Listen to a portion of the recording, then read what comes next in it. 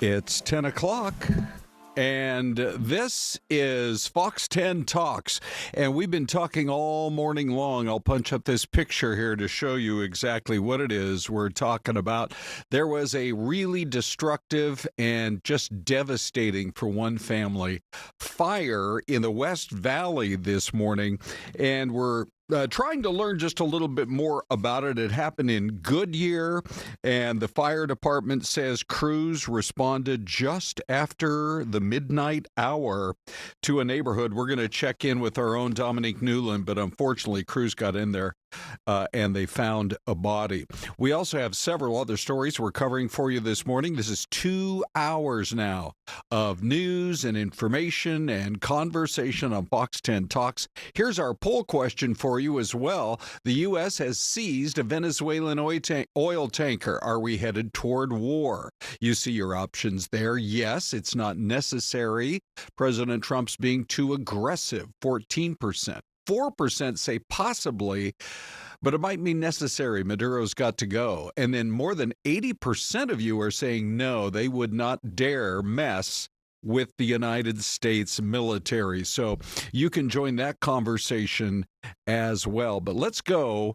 Let's see, right now to our Dominique Newland, who joins us on the phone after having been out in this West Valley neighborhood over the course of the early part of our show for sure. Dom, what can you share with us about this really devastating house fire?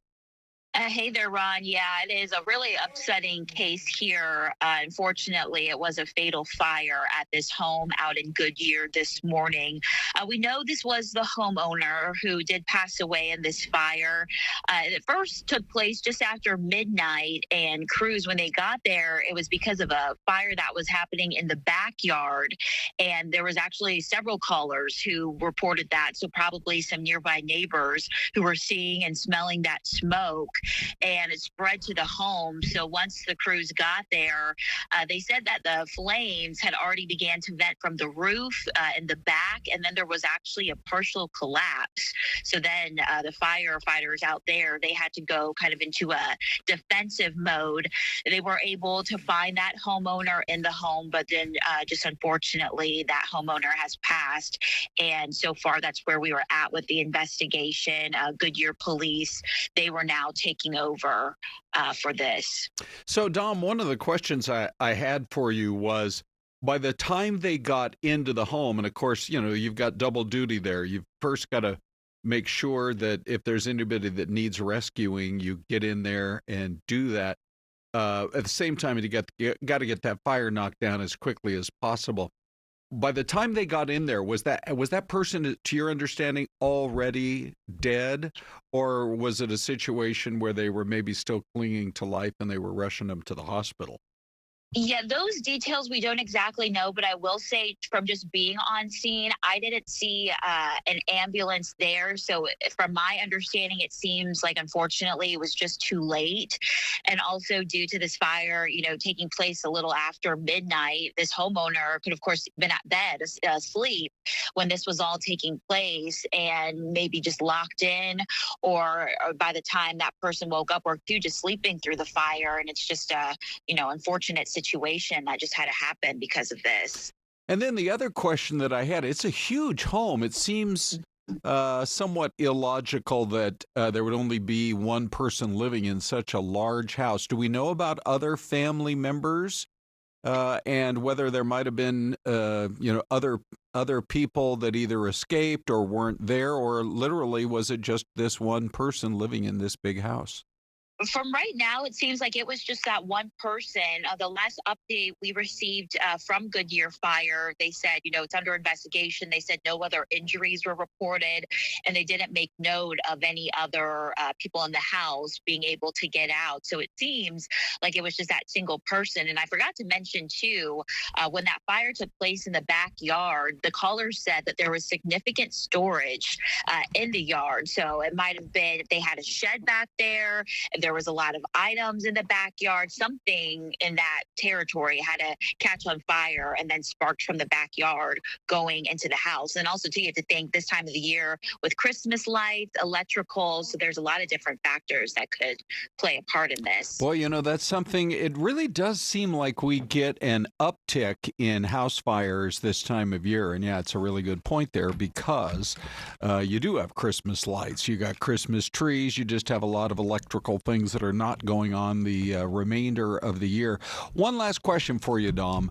The person who made the 911 call, was there any indication that that might have been the homeowner, or is it a situation where it was were you at least able to determine that? Was it perhaps a neighbor? It seems like if the homeowner had called, he or she then would have been able to get out in time. Correct. Yeah, it seems like this was neighbors, and it said multiple callers. So I'm assuming people from surrounding homes in this neighborhood. The houses, they're pretty close next to each other. So if someone was up in, the house next door, a couple doors down, that's what who it seems called in to 911, made that initial report. Okay, that's our Dominique Newland reporting live for us right now, and we do hope that, I'm sure there's a family that's just heartbroken here. We're going to learn more about who the person was that was apparently living alone inside that house and why they weren't able to get out. Dom, thank you. Thanks, Ron. Okay, Syleste joins us well this morning. Hi, Ron. And Syleste, there are so many stories to get to this morning, but there is a bombshell report coming out of Michigan that is about as shocking, and I cover college sports. I don't want to say I cover, but I'm extremely interested in it. Yeah. Follow it every single day of the year. One of the most prominent names in the world of college football coaching sits in jail this morning.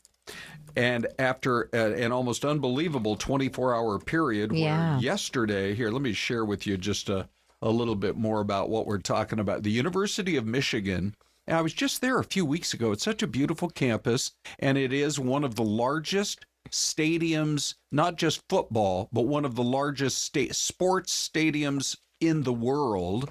And there it is, with 110, maybe 111,000 people. They can get into that facility. Wow. And it's one of the most desirable and prominent coaching jobs in all of college athletics. And their coach, now their ex-coach, sits in jail awaiting arraignment after he was fired, apparently called into a meeting yesterday at the University of Michigan and told, we are firing you. We are firing you for cause.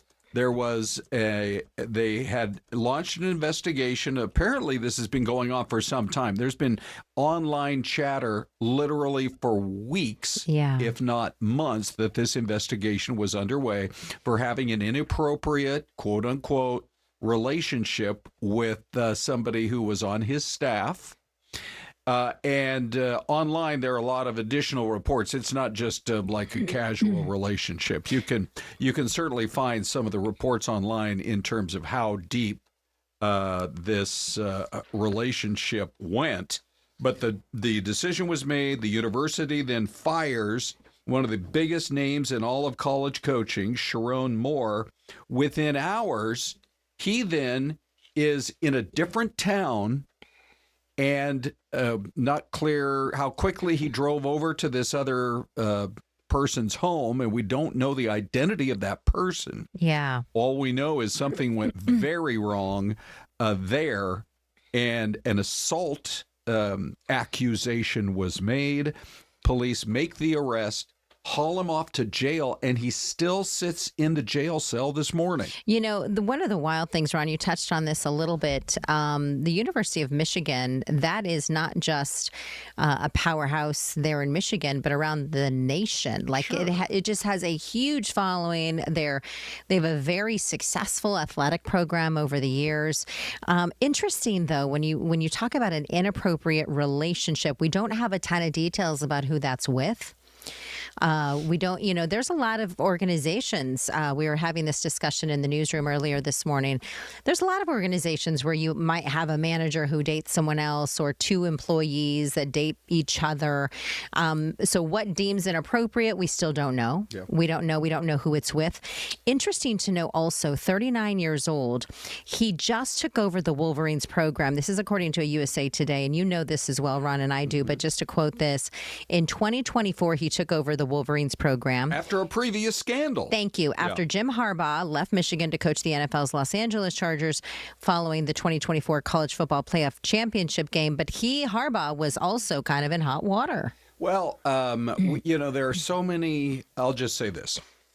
There are all kinds of details you can find online. Yeah. But in terms of the sources that we work with, we don't have the confirmation. But the reports are out there as to who it was with her photos. We're not identifying her yet until more information comes forward. And maybe what kind of condition she might have been in, or just how extensive that relationship went. Yes. But we hope to learn a lot more over the course. I'll just bet you, Celeste, in the next 24 to 48 hours, we'll have a lot more detail. And by the way, I've just seen a report now that this is just in the last few minutes, that prosecutors are delaying making a charging decision until there are further details to be able to come in, and whether that means they don't feel like they have enough information to move forward, or that it's more serious and there could be even higher upgraded charges. We don't know that yet, but it's now being reported he won't even be arraigned until tomorrow. Yeah. So originally we thought he was going to head in for arraignment right about now or within the next few hours. Does it make you think, too, that there's a possibility that one had to do with the other? Like, maybe the university knew that these charges were coming and the authorities contacted them and said, hey, we want to make you aware that this is happening. Maybe the school, we don't know this, obviously, this is all, but critically thinking, it's like maybe the authorities said, hey, this is what we're looking into this guy. Maybe the school asked him and he was like. Well, I do know the school launched the investigation because the allegations have been out there for months now. The police, I don't think, ever got involved until the alleged assault happened. Within hours after he was told he was sacked, he was through, he went somewhere. And somebody got assaulted, allegedly. Yes. Okay, so we will continue to follow that for you closely, that's for sure. But right now, Ron, this is like Anywhere USA. What is happening? Look at that. Okay, next we're going to have pictures for you from the space station, and they'll be so generic. Give us your guesses.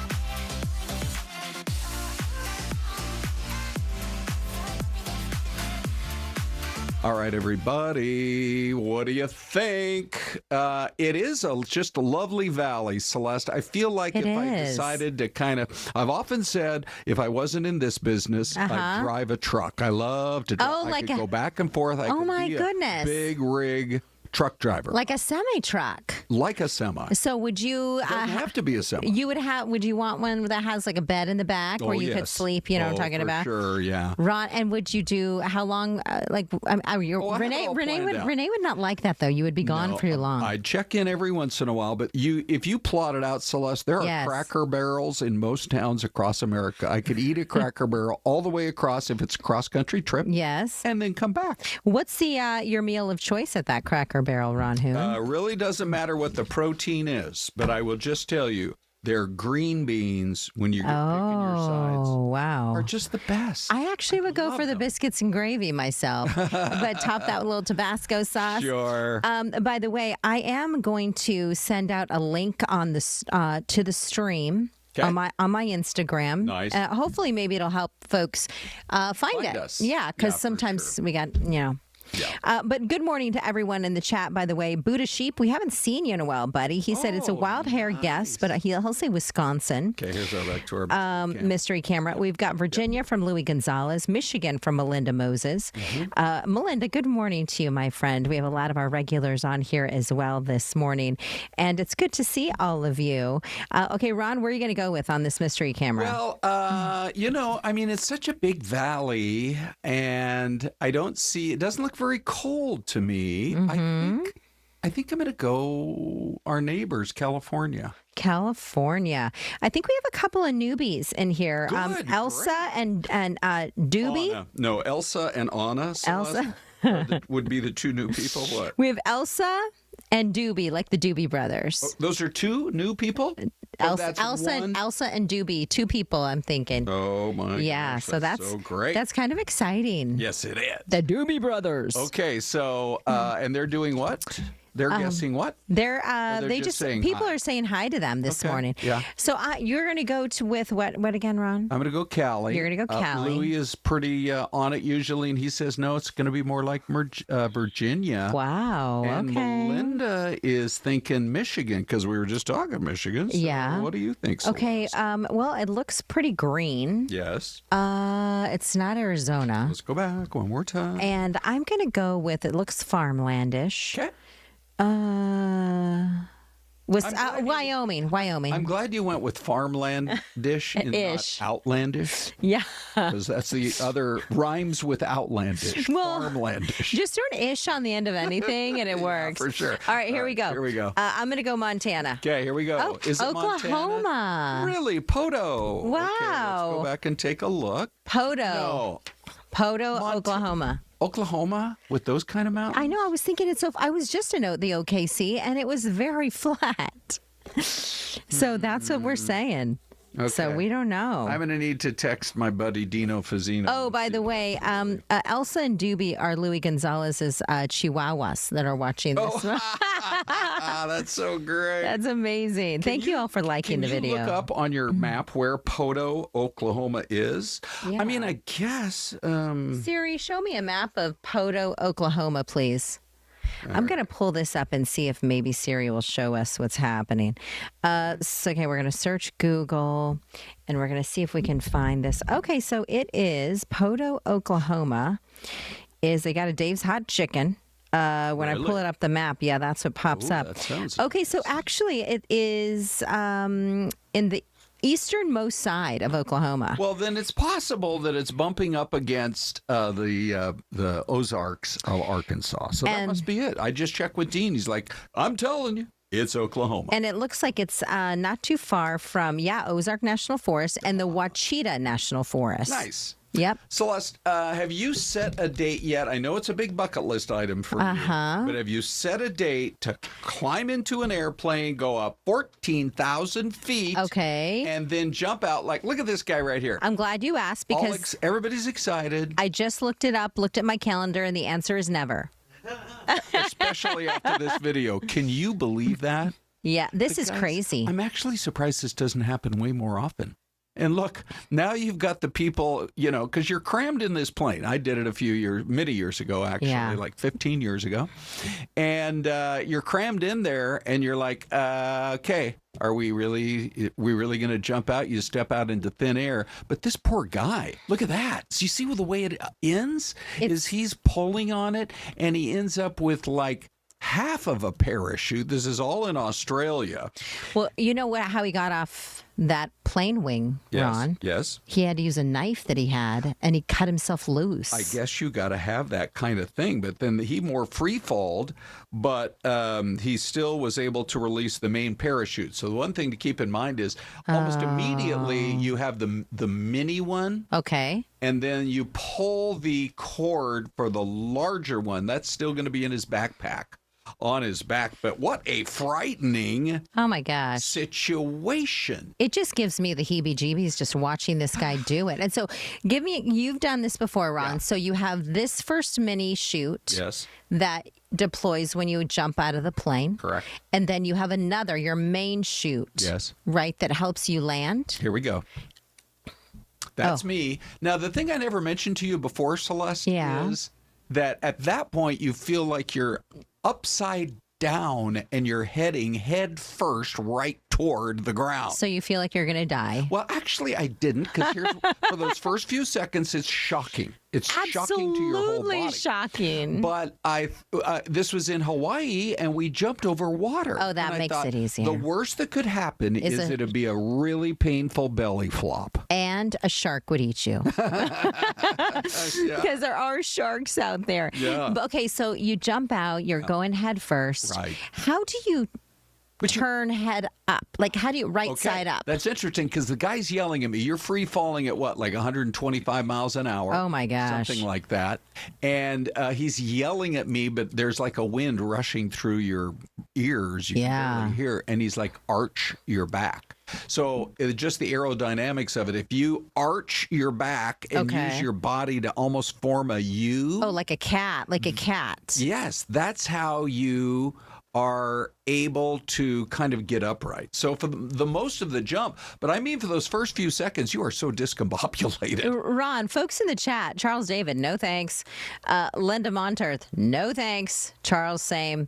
I said no thank you. Look at that. Syleste Rodriguez said no thank. So going into today, before you saw this other video, Celeste, were you on the scale of like a 1 to, a 1 to 10, were you already only like a 3 that you would ever do it, and now you're a 2? Now I was always at a 0, Ron. Maybe at some point when I feel like maybe my children are a little bit older. And your life insurance needs are taken care of. Yes, and I get to maybe hold my grandchildren. Look, we joke around here, but the guy that I jumped with, I'm sure they have people like this right here at our local skydive operation down in Eloy. He had jumped over 8,000 times. No problems. So I did a story down in Florence where they have all the skydivers, they practice and have all the jumps. And I interviewed the man who actually rolls the chutes. Okay. That's a big job. He's the guy. Yeah, he is. Like, I was interviewing him for this story, and this is, I don't know, maybe 7 years ago. And I said, are you ever nervous? Because your job is so important. He's like, I take this job so incredibly serious. Good. It's like packing a first aid kit for somebody who's going on a long trip. Okay. Like, you have to have, everything has to be perfect, because he said when it deploys, if it deploys odd in an odd shape or way or weird fold, the person's life is at stake. Hey, let's talk about another thing about... now that we're all depressed, Ron, what do you want to talk about now? What I'm trying to say is your odds are actually really good. Well, we're not down talking it too much. But anyway, if you're up in the air... You can survive. Generally, you want to have an aircraft around you. Now, on the other side of that argument is, what if you're living right next to an airport that only gets noisier? Let's go to Falcon Field Mesa. There wasn't a lot of traffic, air traffic then. They had their annual flying shows, and it wasn't bad. It's to the point where you can't sit in your backyard without being buzzed and being woken up very early in the morning. What we're experiencing just here while we're talking is just outrageous. 2 at once, by the way. Let's make sure we got those 2 at once. We hope that the general aviation population understands that we're not trying to be bad guys or martyrs here. We're just trying to, have quiet enjoyment of our homes. So I have many thoughts on this. Number one is, because I used to live right out in that area, Celeste, around Falcon Field. Yes. And I know how these planes fly just constantly. But hey, when we bought our house there, we knew that we were buying an airport. Anybody who moves in and you're buying an airport, Falcon Field's been there forever. However, what's changed, the city is, or I think we're quoting the city as saying, the flight patterns are set by the FAA. They don't really. That's not the issue. Yeah. The issue, according to people that I knew when I used to live out there, is the flight schools that are nearby. Yeah. So it's not an issue of, well, our hands are tied. The FAA, has their routes that we have to fly. It's that if you keep bringing in these flight schools, touch and go, touch and go, touch and go. And it's the little planes that are so noisy. Yeah. And so I think people living in that area, their concern is over the flight schools, not the flight patterns, because, the FAA does set those flight patterns. Yeah. But you have a choice as a city of how many times you're going to bring in, or that you already have there in a very urbanized area, flight schools. Well, and it's now, they've been out there a very long time. The airport. The airport, the flight schools have been out there a while. They keep, I think they're now up to a larger number of takeoffs and landings than there ever used to be. Well, and you're right. And I think the city has grown there. In that part of Mesa, you have the 202 Red Mountain that was built the freeway. And then all of a sudden you saw all these neighborhoods. So that part of Mesa has boomed. Yes. Including the area down south off the 202 Santan where you have Gateway Airport. Right. And so I think you've seen the number of people start, more people are living out there and they're concerned about, and I'll just say this, that I wonder if one of the concerns is also when you have flight schools, also you have people who are learning to fly. Oh, yes. And so maybe there's a concern for people who live near the airport that, it's not like you live near Sky Harbor, although it can happen anywhere. Sure. You have people who are inexperienced also learning to fly. As opposed to Sky Harbor, generally the pilots on those planes, the big planes, have 20 years experience. Exactly. Or more. Yeah. Anyway, I know what it's like actually living out there. Whether the city is able to kind of bring those numbers down of the takeoffs and landings, we will watch. We'll see if maybe the situation for the homeowners gets any better. Look at this place, Ron. Yeah. Okay, back in 2 minutes.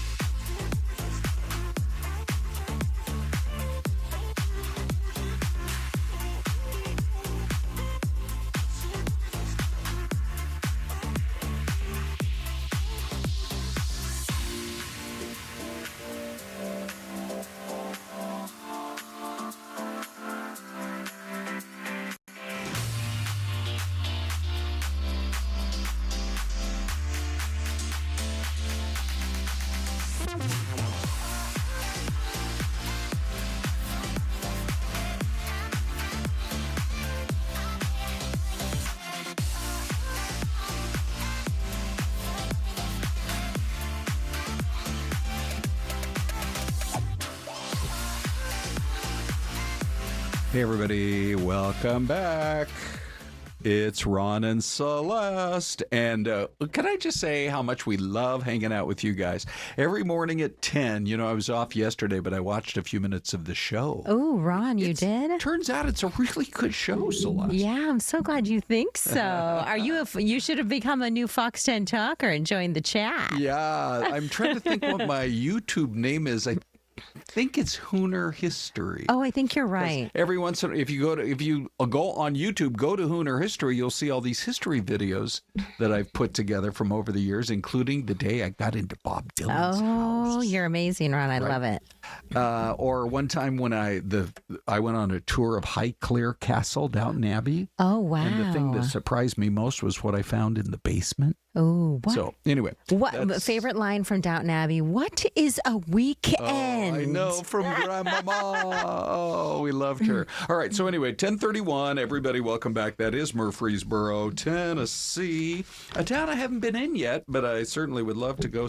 Tennessee is just the best. So I looked it up, Ron. You fly into Nashville. Okay. It's about 30 minutes from Nashville. Yep. And they've got the Chop House and all kinds of great restaurants, good barbecue. Boy, oh boy. Yeah, I thought, what a colonial-looking city. Very neat. Speaking of that type of thing, Celeste, we earlier with Desiree, we were in downtown Phoenix at this new Cleaverman Steakhouse that's getting so much buzz. Oh my gosh, it looks like something out of the 1930s and 40s. Like the way the lights are decorated. It is, and it's in the old Hooters at Arizona Center. Is that right? Yeah, right there in the corner. Now, have they kept some of the previous employees around for the new? Maybe. You never know. I'm just saying. Ron, everybody needs a paycheck. Yes, we all got to put food on the table. Again, we come up with the brilliant ideas.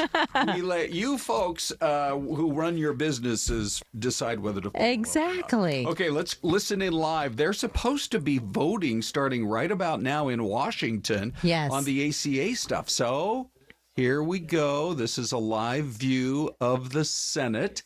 We can go sound up. It does look like they are in the process. I don't know. Brian, are you Is everybody there? Like, what happens? These people, do they pop in, the leadership, and just vote when they're there? Because it looks like there's not that many people in this room. Oh, here we go. They are actually voting. Mr. Haggerty just voted. Yeah. Did I ever tell you the Capitol's haunted? Listen to those Mr. sounds. Grassley, Mr. Haggerty. Come on, Haggerty. Get with it. This is like taking roll. Oh, my goodness. Ms. Hassan, Mr. Hawley. It's worse than kindergarten. Those are the desks that go literally back. Mr. Hawley, Mr. Heinrich, Mr. Hickenlooper, Ms. Hirono, Mr. Hoban. Hickenlooper. Hey, he's still around. Mr. Husted. Okay. Mrs. Hyde-Smith. Okay. Bring it up. They're voting on the subsidies for the ACA, Obamacare. Yes. As most people call it. There's two votes that will take place, right? There's a Republican bill and a Democrat bill. Correct. But now, from what I understand, here's the part I actually don't understand. Mm-hmm. If there are a handful of Republicans that do want to extend the subsidies, my understanding is not just on the Democrat plan, not just extend it, but start enrolling more people. Yeah. That if there are enough Republicans and Democrats are united, it would only take like 5 or 10, maybe 10 Republicans to join with all the Democrats, although it would face an uncertain future in the Senate. That's part of it that not 100%. Well, I think it's interesting when I know we're going to take a look at the numbers from yesterday. We're going to do a poll Q re-Q, but it's the interesting part of this is that the Democrat plan wants to just extend it for another 3 years. Yes. Right? The Republican plan wants to give the money to consumers in like an account, like a health savings account type thing, and let you guys decide how to really manage your health care. So one of the concerns about that is that, that probably sounds pretty good to people like, oh gosh, really? You, the government, are spending that much every year on my health care? You send that, I'll just pick a number out of the air, $3,000 to me. Mm-hmm. And I'll go shop for it. But there's no guarantee the kind of prices you would find, number one. And is there a guarantee that you would actually use that money for your health care? That, I think, is another possible fly in the ointment that the Republicans have got to figure out if they ever want their plan to get through. Yeah, so neither are expected to get the votes that they need, but you never know. Do we want to take a look at the poll Q req yet? Poll Q req time. This was yesterday's question. Which one of those plans do you like? And take a look at this now, Celeste. This is interesting from yesterday. So we have right now 4.6 thousand votes. Many of you voted in the last 24 hours. That's a pretty big number. A Democrat plan to extend ACA tax credits. 50% are voting for that one. This is, of course, on television where you can scan that QR code, or on the website. Republican plan to redirect funds from HSA accounts. 32%. Neither. They should work together on a compromise. That's 18%. And ladies and gentlemen, that is your first introduction of the day to Big D, Dave on the Dave Cam. I noticed that you were saying that somebody had kind of worked on the shot a little bit yesterday. When you were watching yesterday, Brian adjusted the framing on Big D shot. Nice. If you thought it was great before, Ron, I know. Look at it now. Look at this. For the fan club, just soak it up, everybody. We get more of his fashionista type of sense with that shirt. Looking good, buddy. What were people saying, Dave? Yeah, first of all, I'm forever grateful to our director, Brian, so thank you, Brian. Lots of really good comments. Oh, there's a nice little wave cameo from Brian. That's the photo bomb you'll only ever see of Brian, his hand. Nick McConnell, 1291, says, I'm ready for the government to get out of healthcare subsidies altogether. The problem with healthcare is that there's too much money in the system. This causes prices to escalate forever. Prices will only continue to go up. The more you pump money in, the more they go up. OFD 56 says the ACA is a failure, especially if you need to use our tax dollars and give them to insurance companies to help keep premiums lower. Subsidies aren't a plan. Atticus 6557 says, stop giving health insurance companies extra money through the government and pass Medicare for all. William Turgey 7621 says the only plan that can work is to get insurance companies out of healthcare. Everyone lists their prices and they compete on that. Costs would drop about 75%. And one more, Donna Pitts, says people rely on those subsidies the government helps with. Really interesting comments. Keep them up, everybody. Really good. Okay, so here's, we're going to have Dave stick around because there's a big story happening today. I'm sure you've been following it in the news. The president did announce it. To me, this is amazing. First of all, amazing this has already been declassified. Look at this. So this is U.S. military operations as they are, I would guess these are SEAL team. I'm not positive. But they board this Venezuelan oil tanker. Yes. And the attorney general, the whole thing worked very successfully. I don't think there were any shots fired or anything like that. Nobody hurt. But the U.S. had decided to sanction Venezuela for supplying oil to foreign terrorist organizations. Not the actual oil, I don't believe, but the proceeds from it, the actual cash. Venezuela, if you didn't know, has the world's largest proven oil reserves. Everybody talks about Saudi Arabia and everything else. But, the U.S. is honing in on the Maduro regime. By the way, the rightful winner of the election managed to get out of Venezuela. That sounds like there's a whole book in the works, I hope, on how she even got out. She was in hiding for her life in Venezuela. She rightfully won the election and Maduro took over anyway. Yeah. And she just showed up in Norway for the Peace Prize, for the Nobel Peace Prize. Oh, wow. So, I mean, the whole story is really quite amazing. But because this is going on, it is today's poll question. And this is, the Dave fan club going to go nuts. Excitement. Okay, on the QR code, are we headed toward war? 19% say yes, and it's not necessary. Trump is being too aggressive. 7% say possibly, but it might be necessary. Maduro's got to go. Over 70% of you say no, they would not dare mess with the United States military. So we're going to take a look at YouTube as well. 1.2 thousand votes as of right now. Yes, 53% of you say that. It's not necessary. Trump is being too aggressive. 23% say possibly. 24% of you say no, they wouldn't dare mess with the United States military. To give you a run, I was reading a little bit more into this on the Associated Press. Okay. It says to do something like this is a little bit, unconventional, you could say, right? Yeah. Using U.S. forces to take control of a merchant ship, pretty unconventional. But it goes to show you there's a lot more that happens behind the scenes than we know. Oh. It says it's Trump's latest push to increase pressure on Maduro, who has been charged with narco-terrorism in the United States. So it has to do with oil reserves. It also has to do with this ship, obviously, that U.S. forces have now taken control of, but it also has to do with narco-terrorism. The U.S. has built up the largest military presence now in the region in decades and launched a series of deadly strikes on alleged drug smuggling boats as we know, in the Caribbean Sea and Eastern Pacific Ocean. So there's so many other things, right, that happen. Yeah. Okay. Well, we appreciate your votes. That's a lot of votes for it being up about an hour. Now, Dave's also looking at comments on that. You got one or two for us, buddy? Yeah. I mean, already 114 comments on YouTube alone, so it's amazing to see everybody's energy. Cruz Ash says it's a good time to point out the talking points of why we should go to war now are the exact talking points they had for Iraq, and we all saw how that turned out. No wars, America first. Seven Fights says oil war to distract from his disaster economy and falling poll numbers.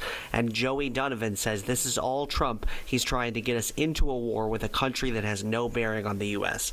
A lot of passion on this poll question as well as all of our poll questions. Keep it up, guys. Keep posting and commenting and voting. We love it all. Hey, Dave, do you, while we still have you here, do you do New Year's resolutions? We all got on this topic earlier this morning. Do you do them? I do a lot of New Year's resolutions. Oh, I love it. Yeah. Okay, what does that mean, a lot? How many? I probably about 20. I categorize it into different topics. So like my health goals, my work goals, my family goals. I try to really look at every aspect of my life and see, how can I make it 1% better? This is an organized individual right there. That's what my husband does. That's what Gary does. Okay. And he actually, do you guys do this big deed? He'll print out a worksheet. Oh, whoa. Gary brings home work. I want to see that worksheet. I don't know about you, Dee. He'll bring home a worksheet, Dave, and we'll all sit around the table, and he's like, all right, let's take some time, fill out the worksheet. Here's the problem I face. I do the same resolution every year, and I get started on it, works out pretty well. Yeah. And then I just get too busy, and that is to take 1 hour a day to read. Oh, I always have books. I have so many books. I know why you only have one goal every year. Okay. Because you've already met all your others, but yeah. Or I haven't been able to accomplish that one goal, but it would be nice to take an hour to read every day. Yeah. Right? I mean, oh my goodness.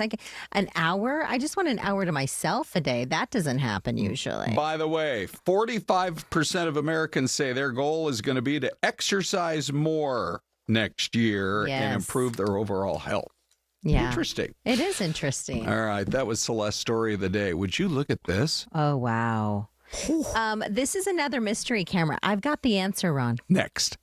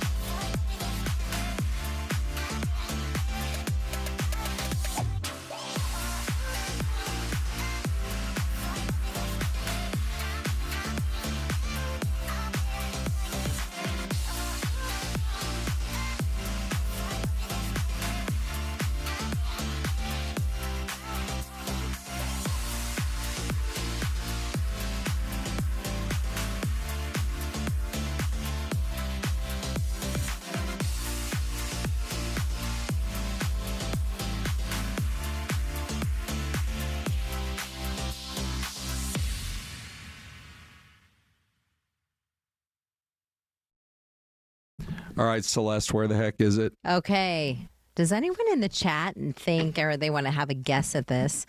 I initially thought it was Montana. These birds, you see, that the snow's not stopping them. But the visibility has gotten worse. The birds forgot to fly south for the winter. Yeah. I think they're lost like Nemo is in the ocean. I know. They're like, well, how far south do we have to go? So Get moving, guys. Upstate New York. Yeah. Isn't that wild? It is. So I don't know if that's like in the foothills of the Adirondacks, which is, I finally made it there just about 3 years ago. Yeah. So beautiful. Great place for watching the leaves turn. Thomas Brown thought it was North Pole, Ron. I'm with you. Great. I'm with you, Thomas. Good. Well, if I'm not aware that they had developed a freeway system up there. Well, maybe the reindeer demanded maybe so. it. Sure. I mean, they got to get home at night to the various suburbs. Maybe it's a growing metropolis, Ron.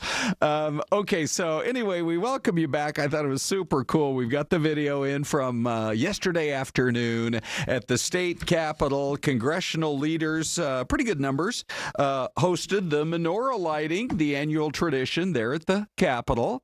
And it was hosted by the House Speaker, Mike Johnson, and attended, as you can see, by Chuck Schumer and Hakeem Jeffries and several other prominent lawmakers. The 8-night Jewish holiday begins at sunset on the 14th and then ends at sunset on the 22nd. So to all of our followers of the Jewish faith, we wish you the most happiest Hanukkah ever. You know, Ron, a quick note about the menorah itself. Yes? Crafted from the steel of missiles intercepted by Israel's Iron Dome. Is that right? It served as a centerpiece, a deliberately chosen symbol of resilience in the transformation of instruments of war into objects of ritual and light. Oh, my. Celeste, you are... I feel like I'm working with a encyclopedia instead of just my friend Celeste. Thank you, my friend. There is another story out there that we thought was probably worth talking about because once again, the newest numbers are out on cross-border travel between us and our friends to the north, Canada. Statistics Canada says that return road trips, this would be Canadians coming on down, spending some time in the USA, you know, snowbirds, for example, that like to drive down here from Calgary or Edmonton or Winnipeg. Anyway, down 26%. Wow. In November, I believe, compared to November of the year before. And it's the 11th consecutive monthly drop.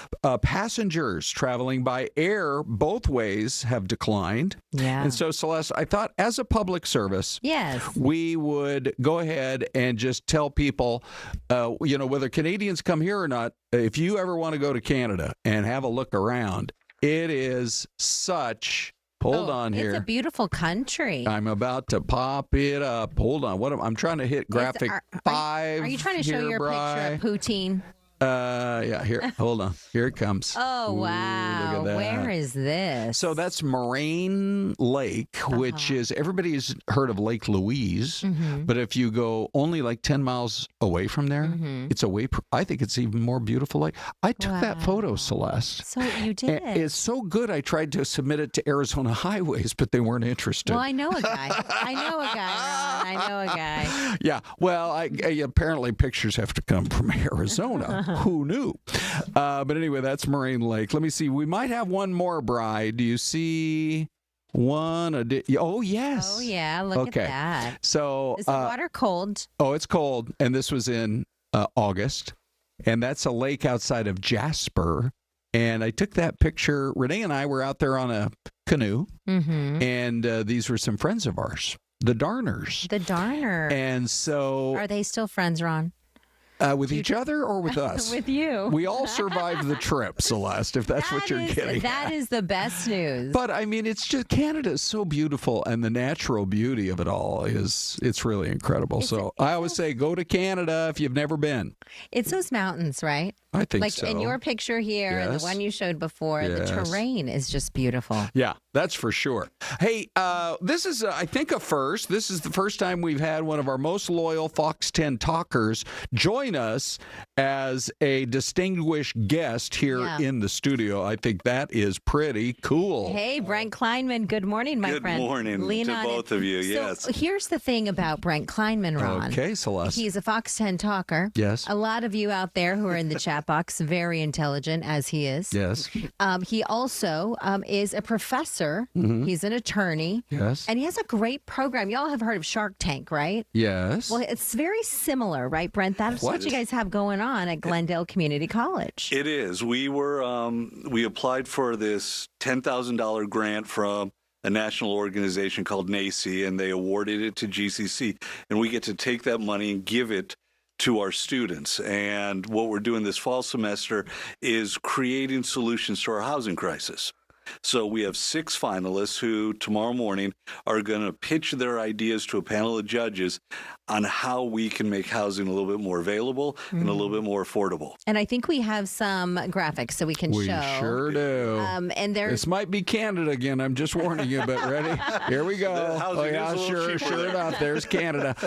There we go. There we go. So that's the Small Business Entrepreneurship Series. Yeah. You do such a great job with that. And I think we have some more photos that we'll see in a If we quick just minute. slide through. yeah, you can Yeah. go right through them, Bri.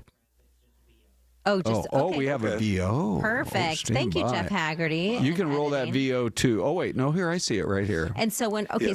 so these are 5 of the 6 different companies and how their title, their logo, what they're doing, this Green Frontier. And I definitely don't want him to see me talk his story these are before he does your it. students, These right? are students. Yeah, we do workshops leading up to tomorrow, and this is the involvement we're getting. We're getting close to 100 students coming in, trying to learn. We bring in some professionals. We still need to I brought some bribes down to you and Ron to get you all out to campus and talk to our students and inspire them. So.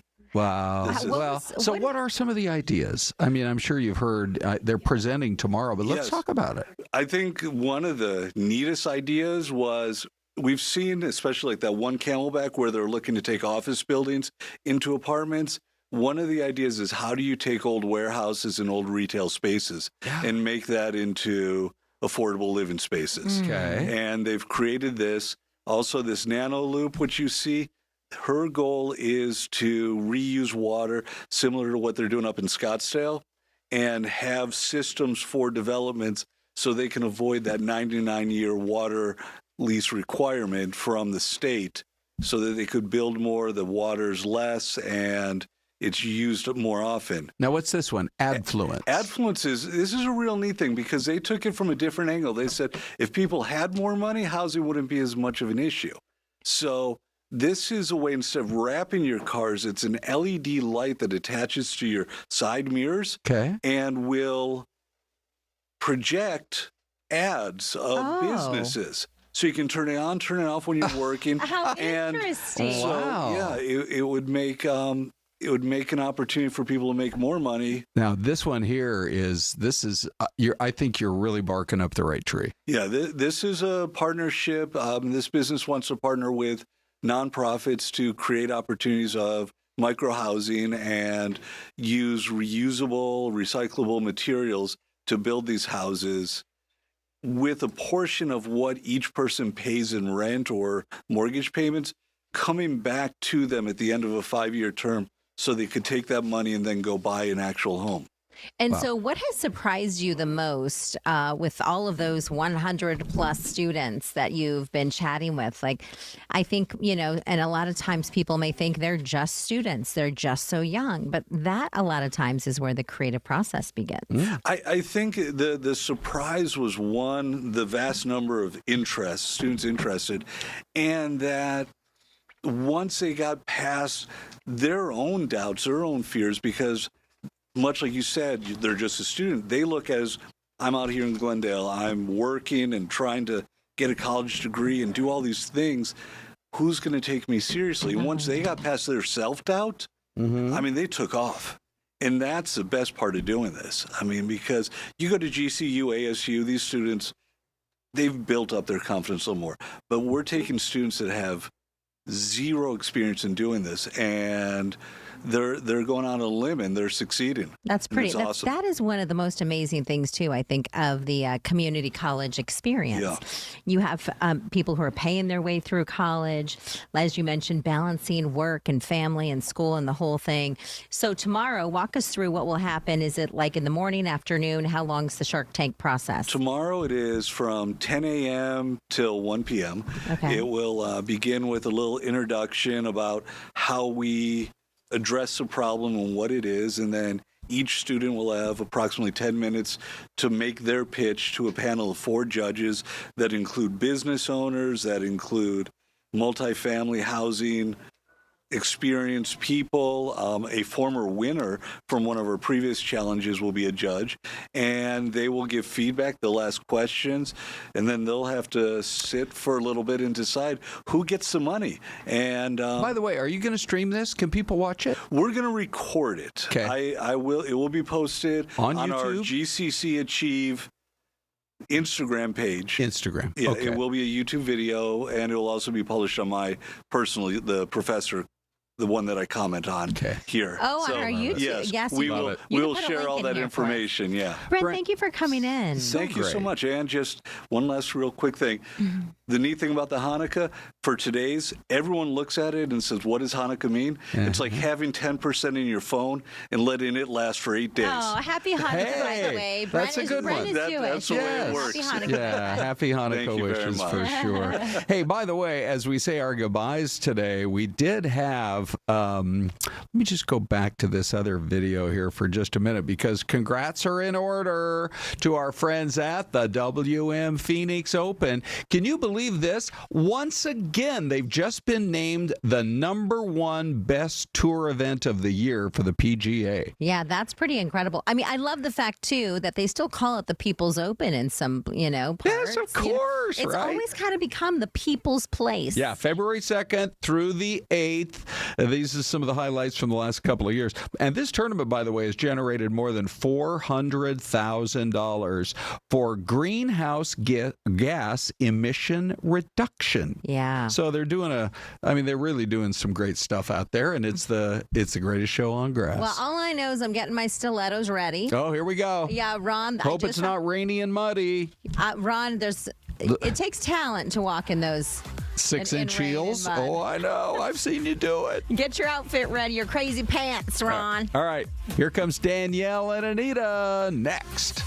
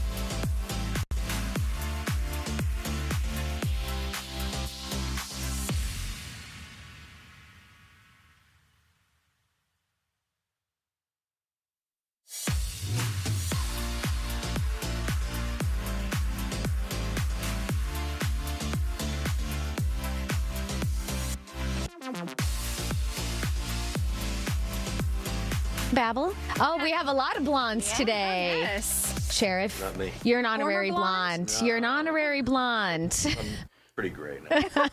Well, women pay for their hair to be gray now. They do. The Yeah, platinum, the it's a icy trend. blonde. It's a I trend. Yes. love my mousy brown hair. MCSO Sheriff Jerry Sheridan. Sometimes that's a tongue twister. I know.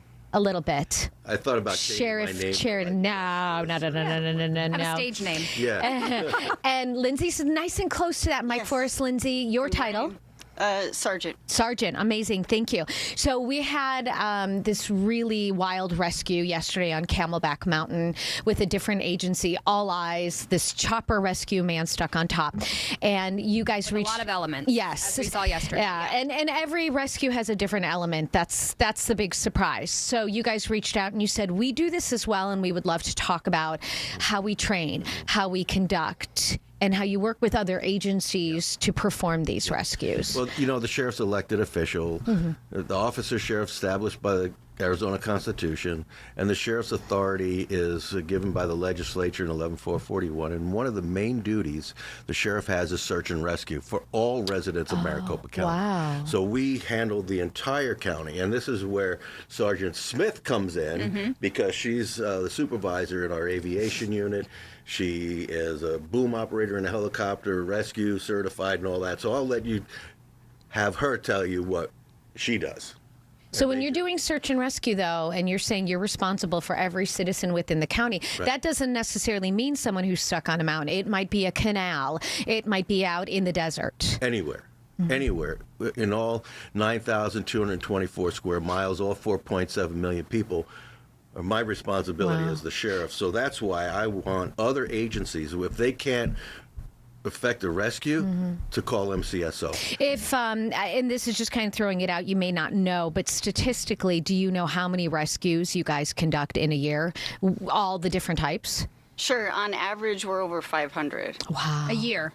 Wow. We probably do more rescues than any other agency in the state. Okay. And talk about your rescue, maybe some of your different groups. So obviously aviation, you have some ground crews, I'm assuming, canines. What does it entail? Yeah. Right. And what's great about the sheriff's office is we're so versatile. So we have a huge volunteer group, our mountain rescue posse. They're amazing. They do ground search. We also have a component, our hurt team. So they do helicopter with us as well. Additionally, we have SAR coordinators that are attached to our Lake Patrol unit. So they're the ones that will come in. They'll kind of be our incident command for these searches on a large scale, even on a smaller scale. So if it's going to be multifaceted involving ground units, volunteer, air, drone support as well, if we're going to need to use off-road vehicles, they're kind of the hub that are going to get everybody organized. I was going to say, I was going to say, is that you, Lindsay? We're playing. It was you, yeah. We're playing video. Right? How does one come to a point in their career where they say, "I want to hang off the ledge of a helicopter while rescuing people"? Well, usually we have a screw loose or something wrong with us. Mostly everybody says, but it's actually a true gift to be able to do that in our career, and anybody will tell you that. Take us through while everyone's able to watch. What is going on there in that video? What's going on through your head, and what are you doing? So this particular rescue, there were some individuals out there. This is close to the Salt River. Oh my gosh. And they were out swimming. He had hiked up to a steep canyon, and he fell off of there. It was over 20 feet that he fell. He couldn't move. We got the call that they were stuck out there. He was unable to move. When we came up above to do an aerial observation to find out exactly what we had to assess the situation, we saw him just laying flat on the ground. So at that point, we're trying to see, okay, what are our obstacles? It's always scene safety first, right? We're going to execute that rescue in the safest way possible. And what's great about the aircraft that we have is that a hoist may not be the only option, right? We have skids where we can go in and do a tow-in where we come in nose first. We may do a one skid where we can access the patient just with our skids. What does that mean? Or a hover. So the skids are at the bottom of the aircraft, so that allows us to do rescues, mountaintops, desert, wherever, on boulders. And it just gives us a lot more options in getting to that where victim. there's no actual place to land. To land.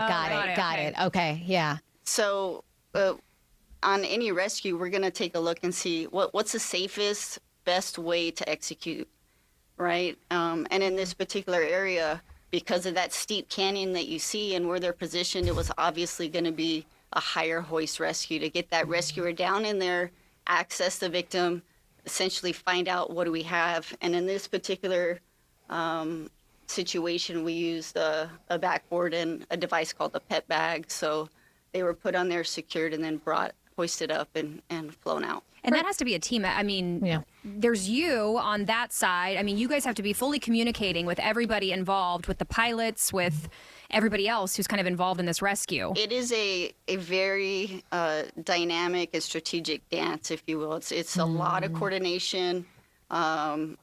It's the rescuer communicating to us what they see. Whoever the hoist operator is on the skid, and that's where I was standing, that's the position where I'm currently at on this rescue. The pilot can't see. So they're solely relying on the communication that hoist operator is giving the pilot. So that hoist operator will say, give me forward and right 20. And they're moving that helicopter exactly where the hoist operator tells them. So the communication is constantly going back and forth. They're listening, they're moving the helicopter, they're relying on what the rescuer is saying. So it's very dynamic. Lots of communication. How do you assess the situation? So you learn a little bit about this victim, fell 20 feet. You might learn about someone who's stuck on the top of the mountain. You may learn about someone who is in a canal. How are you, what is the process of assessing and then putting that plan, putting together and putting it in motion? Because again, every rescue is so different. You can't do the same thing with every rescue. And time matters. Yes. Time matters and training matters. Yeah. Right? And that's why we train all the time. Every week we're out training.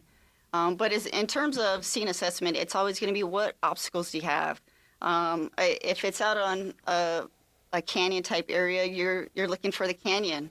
How much room do we have? What other obstacles are around? Boulders? Or are we in a desert terrain where you have a bunch of agave, cactus? What are you dealing with? If you're in a canal, is it a moving water situation? Is this more of a swift water rescue? Right? So it's always the terrain you're dealing with. What other obstacles are there? Do you have power lines? Do we have other vehicles in the way? So it's a scene assessment, and then it's, okay, what do we need in place on what are the victim's injuries? How are we going to get that victim out of there? Go ahead. So can you also explain to them, Lindsay, about the operations at night? I was going to mention that. I mean, thank you. That was at night. It's so at night we fly with NVGs. We do rescues on NVGs. What is an NVG? Which is our thermal imaging. Got it. You can distinguish light, heat, in nighttime hours. But our rescue ship has highly visible and highly powerful lights underneath it. So during nighttime, we turn those on, and it really lights up the area below us. So it's really enhances the safety of operations for nighttime, visibility for hoisting, or even a desert rescue. Do you also train at night? I would imagine that you train in all different scenarios as you're training throughout the week. Yes, and for our division, we have a mandatory once a month night hoist training that we've implemented. We do it on a regular basis.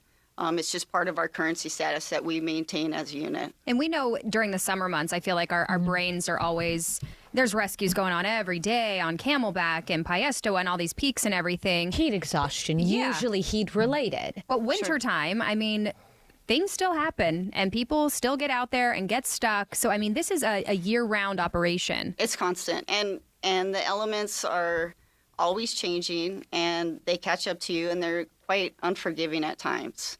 So frequently people underestimate the heat and the cold because it switches very quickly. It can be hot and sunny, and 2 hours later, freezing. freezing. And, and especially now in the winter, right? Very quick. Sheriff, because this is such a priority, I would imagine, and I'm not looking for numbers, but this is you have a good budget for this. How much manpower do you have? You've got the chopper, but how much equipment is going into making sure these rescues can be conducted successfully and safely? Okay, the answer is not enough. Okay? There we go. We've got 4.7 million people in Maricopa County, and we're one of the fastest growing counties in the country. We have 2 helicopters. One is actually going down for 6 months for an extended maintenance. And if anybody tells you about helicopters, that knows about helicopters, they say if you have 2, you really only have 1 because they're always under current maintenance. So I am in the process of beginning to talk to the Board of Supervisors to get us another couple of helicopters because we do so many rescues every year. 500, that's unheard of. It's a lot. And especially with the other counties and all that, because of the population and all the things, stupid things people do, right, and get themselves into.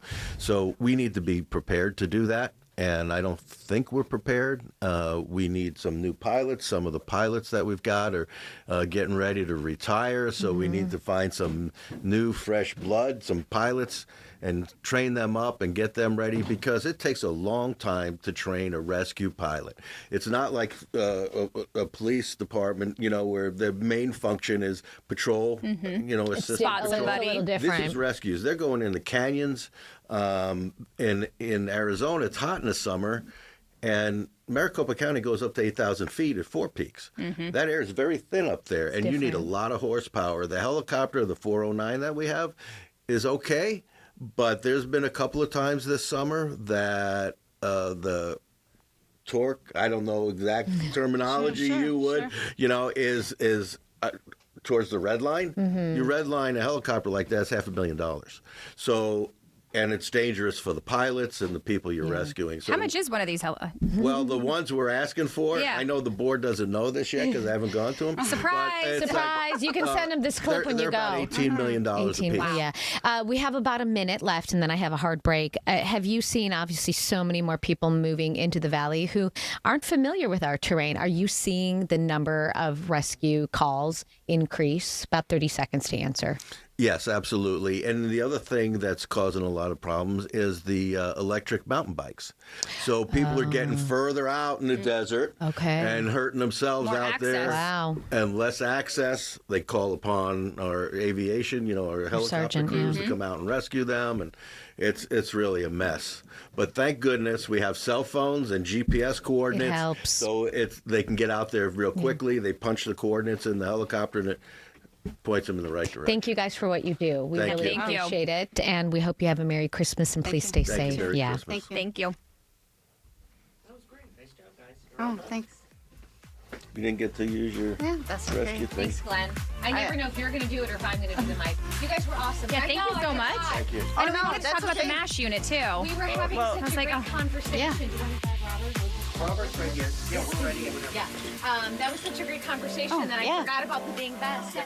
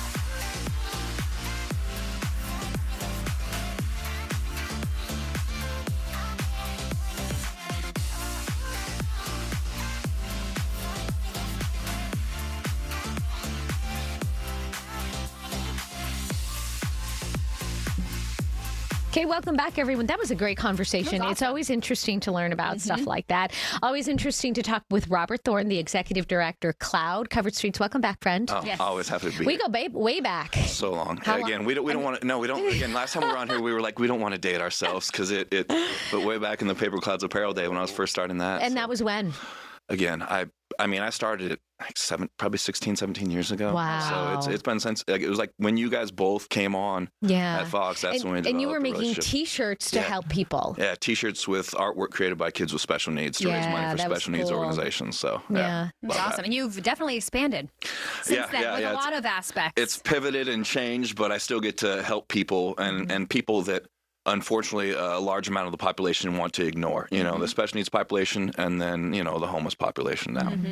So where are we as far as numbers? I know the city has been working to get as many people off the street as possible, but the numbers are... I think it was like the point in contact count this year was a little over 9,000. It's like 9,300. And is that just in Phoenix, the city proper? Well, it's in Maricopa County. Maricopa County. But it's one of those things where it's like it's a guesstimate, but you never know on how many people, because it's just a bunch of volunteers going out and trying to, Yeah, we've been out with those crews, done several stories with them, and you're right. It is it's random. Yeah. I mean, you're in one particular area, and they count those people right there, but who's to say that... It gives us a good estimate. There you go. But as far as like having real concrete, for sure. But it's, again, I think that homelessness is something that it's unfortunately going to continue to be on the rise until we do something about just the cost of living and just that relative to what people make. It's tough. This might be a silly question, but what would define homelessness? Because sometimes people will live in their car. Sometimes they'll couch surf. And on the numbers they count, they try and count that, like they have they call like unhoused and then housed, like the people that are in shelters that are in the shelters, they still count them, but they have different graphics for each of them. Graphics for it. So with 9,000 people, you work nonstop, really relentlessly with your volunteers in an effort to help as many people, reach as many people. I know you have your showers. Talk about those. Yeah, so we converted basically a cargo trailer into a mobile shower and laundry trailer. And so we're out on the streets of the valley every Monday, Wednesday, and Friday, providing showers, laundry services, haircuts. And one of the things we do that I love the most is we employ individuals experiencing homelessness to help run our trailer. And one of the super cool things that just happened we have an employee of ours named Jessica, and I met her about a little over 3 years ago when I moved into my house. I like to say that I live hood adjacent. And so, every day I would say at least like 100 to 150 people that are experiencing homelessness like walk past my front door. Yeah. And so if I'm outside, I'm always like, hey man, what's going on? Like, we need a cold bottle of water, and then just have a conversation with them. And so I met Jessica when I first moved into my house. And when I met her, she was not exactly doing good. She was definitely losing her battle with addiction and really struggling. But I would see her and it was just nice to her. I'm like, hey, like, here's some water. Like, let me help you out. And just showing kindness to another human being. And about 9 to 10 months ago, there was a knock on my door.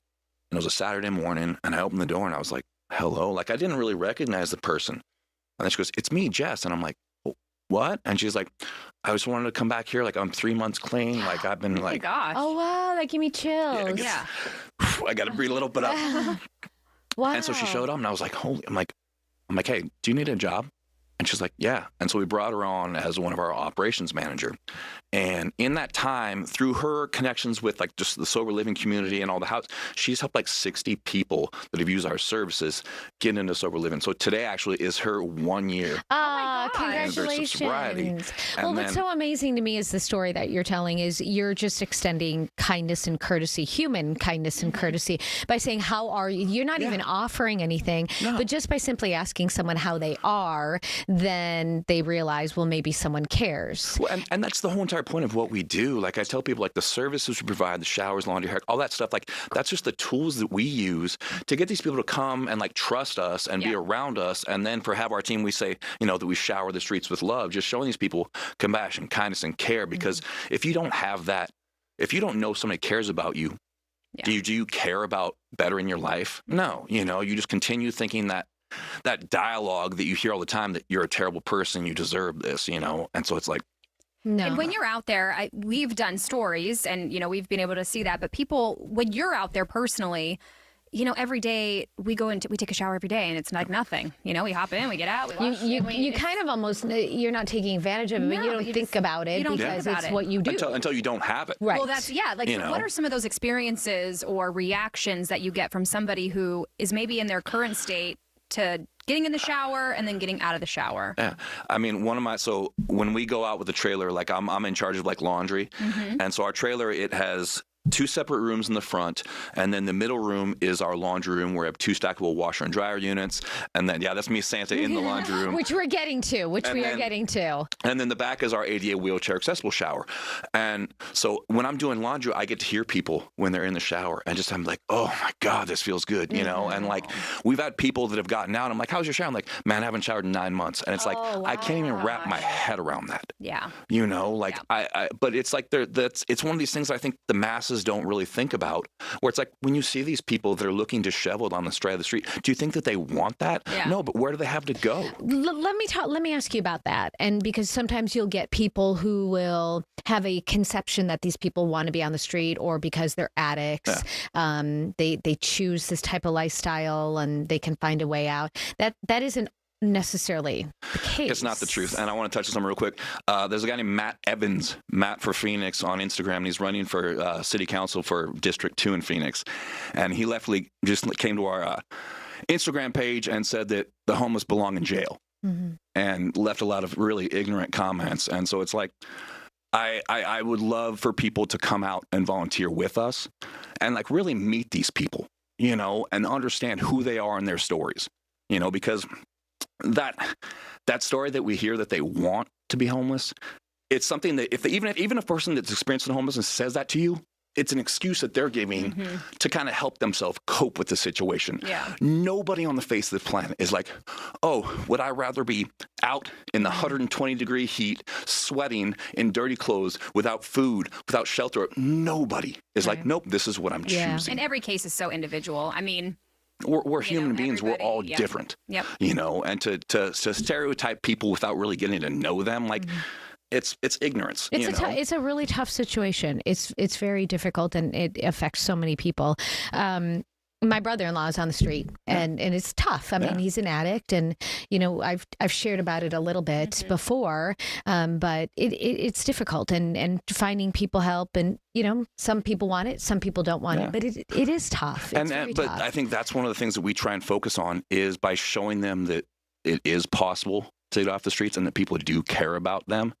Because again, if people are just telling you that you're a loser and you deserve that, eventually you're going to start to believe it. You know, but it's like if you have people that then are like, hey man, like call you by your name and treat you like a human being. Like Jessica. 100%. Yeah. Who now, you mentioned trust when you were talking about her and talking about the things you do. And then you said she's helped 60 people. Yeah. So they trust her because she gets it. She was in their shoes, and that's another way of reaching people. 100%, you know. And so one of the things that I want to touch about with her as well is that, so on Monday, we sent her, there's a place, because her teeth, you know, again, from being homeless for, you know, almost a decade and having a drug addiction problem, like her teeth are in really bad shape. Mm-hmm. And so I was like, look, I don't want this to always be over your head. Like, you've made a huge change in your life, but no matter what, when you go and try and talk to people, when they see that, they're automatically going to assume, ask questions, treat you like you're not, you know, an equal. And there's a place called Sunrise Dental, and she went in on Monday, and now she has, you know, they're brand new pearly white. She's still like, you know, they have obviously a lot of work to do. Yeah. But, you know, she is just through the moon, because she's like, I never thought that I really had a future. And it was also a memory too. I think when you look in the mirror and you see yourself, even though you're maybe not on drugs anymore and you've cleaned your life up, it's always a reminder. It's going to be there, you know, and it's like the things you do in the past shouldn't always be held over your head. Yeah, that's true. Let's talk about what you're doing, because every year you wrap up. You're Operation wrapping up. Santa. You're wrapping up in gifts. It's funny, like, you don't realize how old you're really getting until, like, I wrapped shoes on Tuesday. I spent like 8 hours wrapping shoes alone. And you couldn't get off the floor, I'm so sore. Yeah. And I'm like, when did I get to this level? But so this year we went out and we have 334 new pairs of Nikes. And so we gift wrapped them. And, you know, it's part of my highlight. I get to sit there like this gentleman right here, like, this is Steven. And last year when we saw him, and he's like, this is my first Christmas present. I'm 41 years old. Oh, Oh, wow.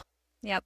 You know, and you're like, and that, you know, you're not just giving them the shoes, but you're wrapping the shoes. And the unwrapping, just, you know, again, for, you know, he's never unwrapped the present. Yeah. You know, but most of our people, you know, they have had, you know, unwrapped. So it's a good memory. They get to have flashbacks of like, remember when they were a kid, you know, and just have a good memory. How long have you been wrapping? What led you to the wrapping? I know you've been doing the shoes because I've been out there with you. This is our 10th year. Right, where they're not wrapping, where they're just picking the shoes, but 10 years you're wrapping. Yeah, yeah. And it's just again, it's a positive moment for them to experience, you know. And then when you're experiencing homelessness, your shoes are your transportation, you know. And if you look at most of the people, when you see a person who's experiencing homelessness, usually their shoes are pretty banged up, pretty messed up, you know. And so when they unwrap that package and then they see like the Nike swoosh, all of a sudden they're like, oh, Nikes, you know. And where do you get those? Do you donations? No. I mean, we did a little. We've got a little fundraiser that actually ends tomorrow, but it's going a little slow. But well, tell us about that because we have 2 minutes left. Okay, if you just go to our social media pages, you can find a link to it. It's everywhere on there. And what's your social media page? Just Cloud Covered Streets. If they go into any, you know, Instagram, you put it in, Facebook, it will pop up there. Okay. But the fundraiser ends tomorrow. I've already bought the shoes, you know, but it was, again, 334 Nikes, you know, we don't go, you know, cheap. So it adds up. But it's worth it. Every single penny we spend is so worth it just to see them feel cared about, you know, and it's like everybody deserves Christmas. You know? That's true. That's true.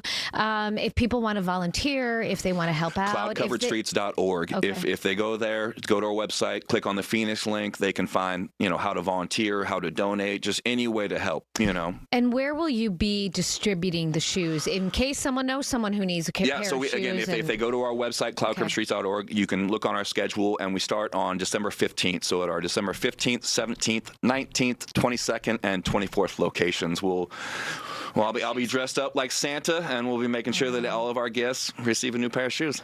I imagine one of our cameras will be there. Oh yeah, we should. Because we usually do come out. Yeah. But you'll take, even though your fundraiser is ending, you'll take donations year round. Always. I mean, to keep the showers going. And to keep our trailer, we just did our budget for next year, and to keep our trailer on the street, it's right around $500,000. So it is. Wow. We are always. Well, I mean, everybody gets a brand new head-to-toe wardrobe. You know, they get a hygiene bag full of supplies. You know, we provide meals, water, laundry services. It's a lot of work. Yeah, but it's again, I get to help people for my career, you know, like there's nothing better than that. Well, thank you for what you do. Thank you, Robert. Thank you. One more time, Cloud Covered Streets, if you'd like to make a donation, help out, volunteer. Merry Christmas. Good luck with the fundraiser. Good luck, Santa. Yeah. Thank you. Okay. Des and Ron are coming up next.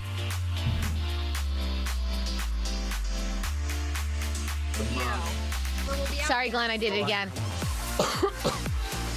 See, it's...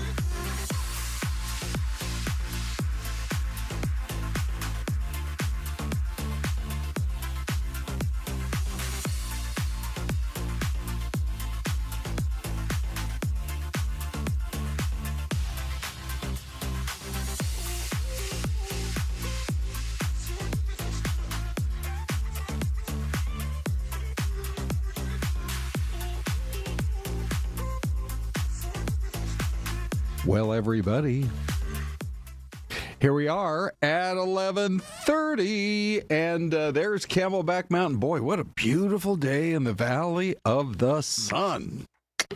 Pushing 80. I know people are maybe not that excited about 80. Break the bikinis back out. There you go. I do remember the first year we moved here from cold and snowy Spokane, and you, of course, coming from Buffalo, could probably relate. And that first year, we were just in an apartment complex, and the first year, the week of Christmas, seeing people out at the apartment swimming pool, I'm like, yeah, this is a different kind of life. Very different. I love the cold, though. So I'm not complaining. I mean, I'm not going to complain. The best weather is here. Yes. But 80 is a little warm. I do love the cold, brisk, fresh air. Not so much the snow part of it. Well, a lot of people like the Four Seasons, although they just love living here because you can make a really good argument. We have the best weather from November through March. It's 5 months of the best weather in the country where everybody else is cold, but I guess we get to go north. Thank goodness we got mountains. This is the best of both worlds. Yes. I never understood have a snowball fight in the same state as you can also be in the desert hours later. Oh, that's right. Okay, so we're glad you're joining us. We have another half hour of great information for you and friendly conversation. And hi, there's Killicel saying good morning, and Linda Montier out there in beautiful Charles. Thatcher. Good morning. Linda, hello. How are you? You guys good today? That's great. Okay, we love chatting with you. Hey, this story, Des, this family shoplifting ring allegation, pretty shocking. Wild. Yes. She's not winning Mother of the Year. Oh boy, yeah. If you're not familiar with it, so they arrested a lady named Shanice Tompkins, 37 years old. She had checked a bunch of bags at Sky Harbor Airport, and they must have the investigation must have been proceeding at that point, because that's when they were able to swoop in and make the arrest and grab the goods. And basically, the setup is that she had one was a teenage daughter, another was a preteen, go into the stores and steal the stuff. Yeah, 15 and 11, I believe. I believe so. Is that correct? Yeah. She had her daughters go in and steal the items, and then she's from Milwaukee. Yep. And then was trying to send the luggage off to Milwaukee. Pretty brazen. Kind of clever. Or brazen. I right? suppose. I mean, they thought they got away with everything. Yeah, I wonder what tipped them off, though. We're missing key details in this. I wonder how many pieces of luggage she tried to check. Like, was that it that, was the red flag? Like, was she trying to do 10 of, I got 10 suitcases I'm going to bring along with me. I love detective stories. I would love to get the detective in on this case. Yeah, it all started at one TJ Maxx on the edge of town, and then we start following them, and we can't believe who knows what. Over more than $40,000. Yes, and here's what she said in front of the judge. This is what they call the IA, the initial appearance. She's like, me? What? Oh, this is my first time being in jail, and I didn't take nothing. The information I was provided is an extensive criminal history from other states, not from Arizona, but it is. Yes. Yeah, that's crazy. I haven't been in jail. That's crazy. Okay. I don't know.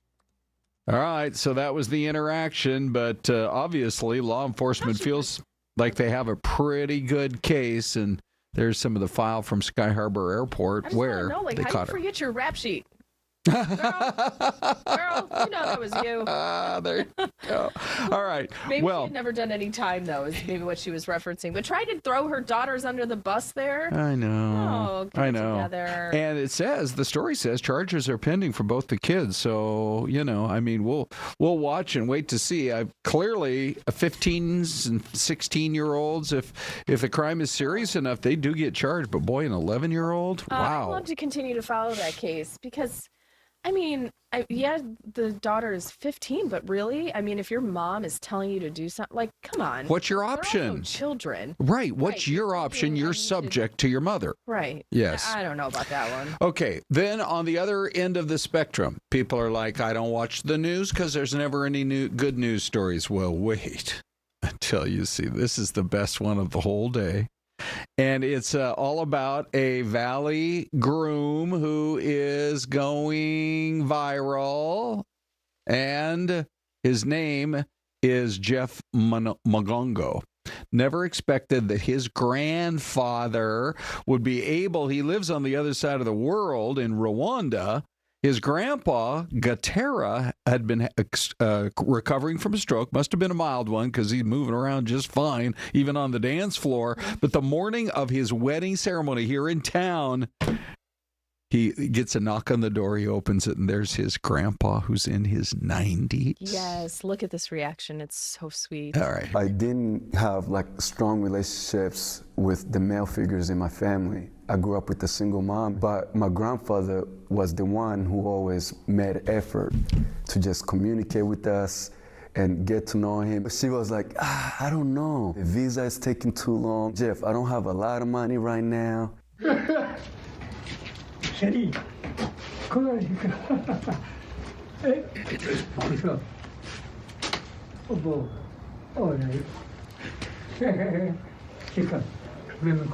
I couldn't control the tears that was coming out of my eyes, and he was like, don't cry, don't cry.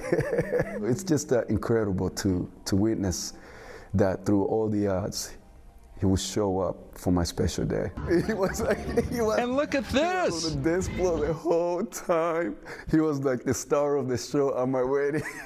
He didn't speak English, but he connected with everyone at my wedding. Oh my goodness. That is just so great. I love this story. Yeah, no kidding. Grandpa looks great. He sure does. My gosh, yeah. 93, and he's out there dancing really well, especially after that stroke. He traveled more than 40 hours. Yes, right? Of plane time. Wow, and I think he even missed a few flights. Oh, really? Yeah. It's got to be a complicated flight pattern. Yeah, I would imagine. To get from Rwanda to here. Mm-hmm. Yeah. Okay. Oh, the best wedding gift. Yep. Favorite story of the day, that's for sure. But at the same time, we also try to provide, don't we, Des, some good practical information you can take away from this show every day. Absolutely. And so we invite in here via Zoom Dr. Sami Yoshi, who is an expert that I think we can all learn from, because let's face it, if you've had anyone in your family with any level of dementia, you need to also be paying attention to studies that come out that maybe have good news or bad news and adjust accordingly, so maybe you have a better chance of not going down that road. That's why we invited the doc to join us today.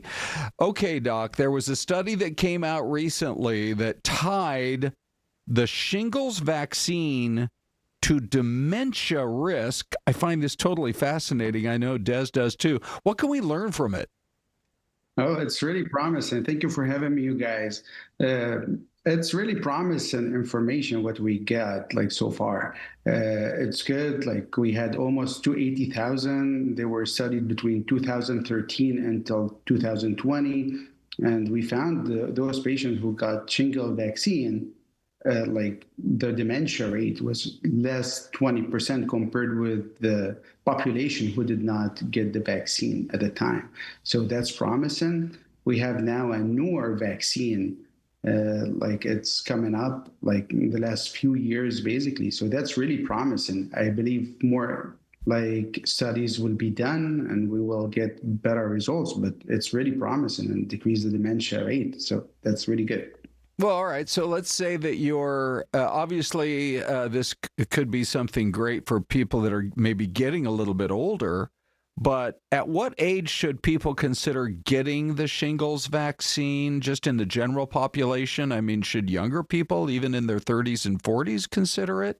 Or should you wait later in life? And what is it about the vaccine that maybe prevents dementia?